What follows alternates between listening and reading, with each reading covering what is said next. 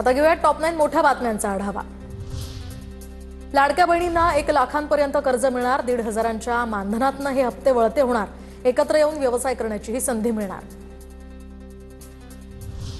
नवरात्रोत्सवात सकाळी 6 ते रात्री 12 वाजेपर्यंत स्पीकरला परवानगी। उच्च न्यायालयाने वेळोवेळी दिलेल्या आदेशाचं उल्लंघन होणार नाही याची दक्षता घ्यावी, जिल्हाधिकाऱ्यांनी दिले निर्देश। मुंबई क्रिकेट असोसिएशनच्या कार्यकारिणी निवडणूक नोव्हेंबरच्या पहिल्या आठवड्यामध्ये होण्याची शक्यता। कार्यकारिणी बैठकीत निवडणूक नोव्हेंबर महिन्यात घेण्यासंदर्भात एकमत।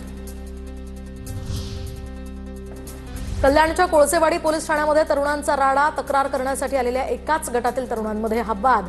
तक्रारीचं क्रेडिट आपल्याला मिळावं म्हणून हा तरुण आपापसात ते तरुण भिडल्याची माहिती, तर राडा करणाऱ्यांविरोधात गुन्हाही दाखल। महाराष्ट्रातील पेंच व्याघ्र प्रकल्पाच्या पर्यटनाचा मुहूर्त लांबला। 1 ऑक्टोबरऐवजी आता 15 ऑक्टोबरपासून हे पर्यटन सुरू होण्याची शक्यता। विदर्भातील मुसळधार पावसामुळे व्याघ्र प्रकल्पातील रस्त्यांची दुरावस्था आणि यामुळे प्रशासनाचा हा महत्त्वपूर्ण निर्णय। मुंबई महापालिकेच्या 4 वैद्यकीय महाविद्यालय आणि दंत महाविद्यालयांमधील 50 पदं रिक्त। अधिष्ठाता, सर्जन आणि वरिष्ठ वैद्यकीय प्राध्यापक यांच्यासह सुमारे 50हून अधिक पदं भरण्याची गरज। मुंबईतील विविध ठिकाणाची रुग्णसेवा कोलमडण्याची यामुळे भीती।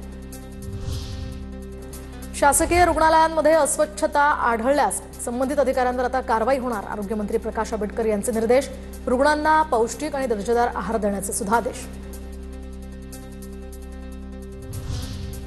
अहिल्यानगरमधील शनी शिंगणापूर देवस्थानचं कार्यालय प्रशासनाकडून सील, तर विश्वस्त मंडळावर आता भ्रष्टाचाराच्या आरोपांनंतर हे मंडळ बरखास्त। कागदपत्रांची हेराफेरी होऊ नये म्हणून जिल्हाधिकाऱ्यांकडून कार्यालय सील। कॉमेडियन कपिल शर्माला धमकी देणाऱ्याला आता अटक झाली आहे, तर गुन्हे शाखेकडून आरोपी दिलीप चौधरीला बेड्या ठोकण्यात आल्या। सध्या या आरोपीला पोलीस कोठडी सुनावण्यात आली।